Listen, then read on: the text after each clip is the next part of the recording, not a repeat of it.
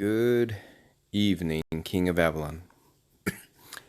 How is everybody doing out there? Hope you're all doing well.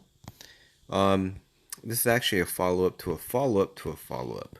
So in the last video I put from Conquest, um, I showed a kind of a battle interaction between myself and the king. I think of what was it, 59? And although my buffs were stronger, I kept losing. So I wanted to talk about that.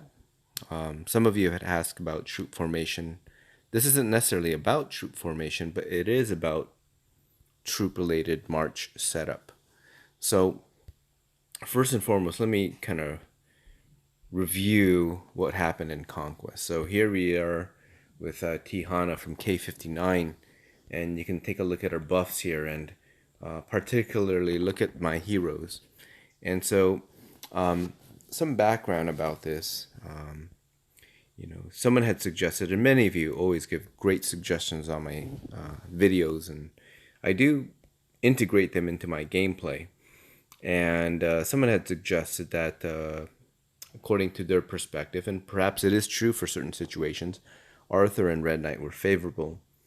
You look here, you can see, a lot of green on the left, which represent my buffs.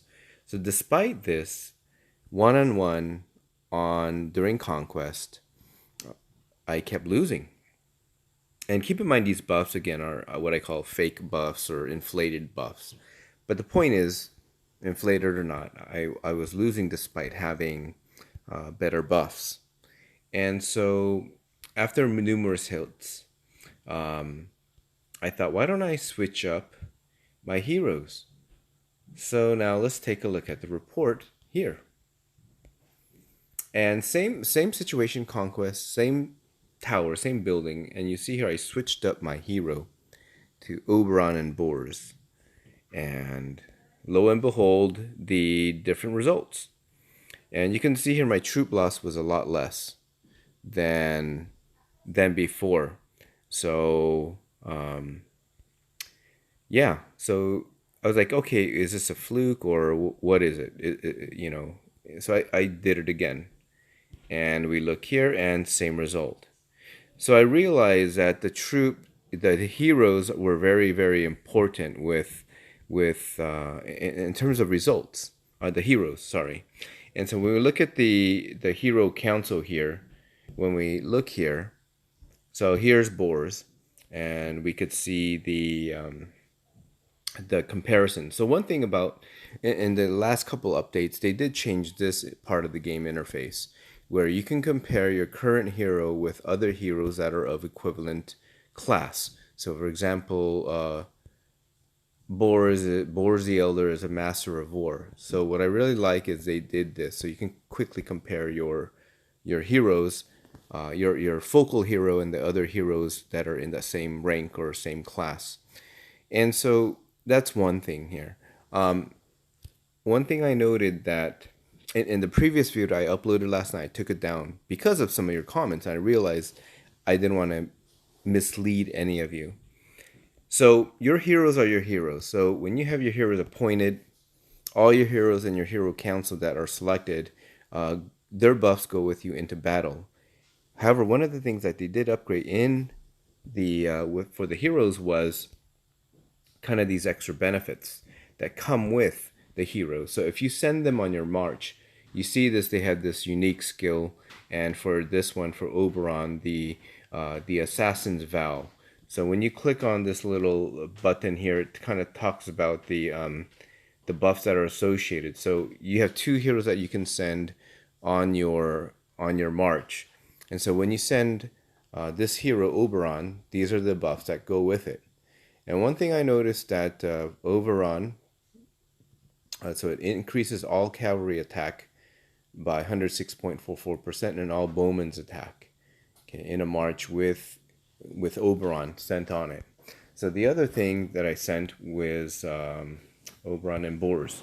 So when we look at Boars here, his unique skill is the Storm Shield.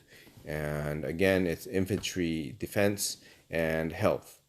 So as I mentioned before, I was sending Arthur with the march, and he has a holy judgment. That's his unique skill.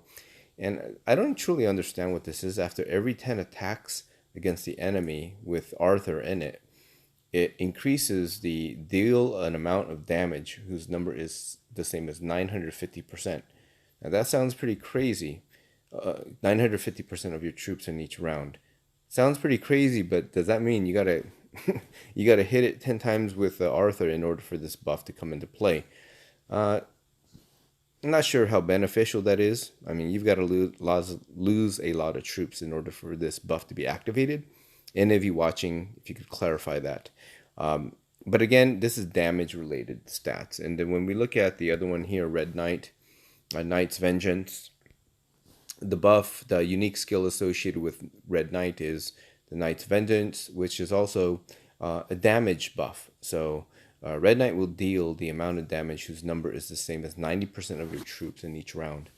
So what I had before in my March configuration prior was I had RedKnight and Arthur. So I guess when someone mentioned that sending Arthur and RedKnight on the march, it made sense. You know, because damage is pretty hard to get. Damage, increasing your damage buff, usually associated with your dragon skills and maybe some of the accolades. It's hard to get damage buff, so it makes sense Arthur and RedKnight going on the march, and Boars and Oberon increase attack and defense and health of your main march. But in this case, it did make sense. Well, the result was sending or replacing RedKnight with an Arthur with Boars and Oberon resulted in the victory. But I want to note that despite my buffs being better, Tihana was able to still beat me until I made that hero switch. So I just thought I'd do a follow-up from that other video. Yeah, I did realize it wasn't captured in the last video uploaded, but I wanted to let you guys know that I did make a switch. So it is important, especially during events like Conquest where you have no real troop loss.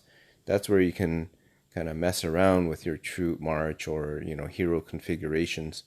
And yeah, test out different configurations to see which might be more beneficial. So yeah, hope you're all doing well. If you haven't already, please like, subscribe, share, and comment. And as always, it's great to hear from you all. Take care and have a great night. Thank you. Bye-bye.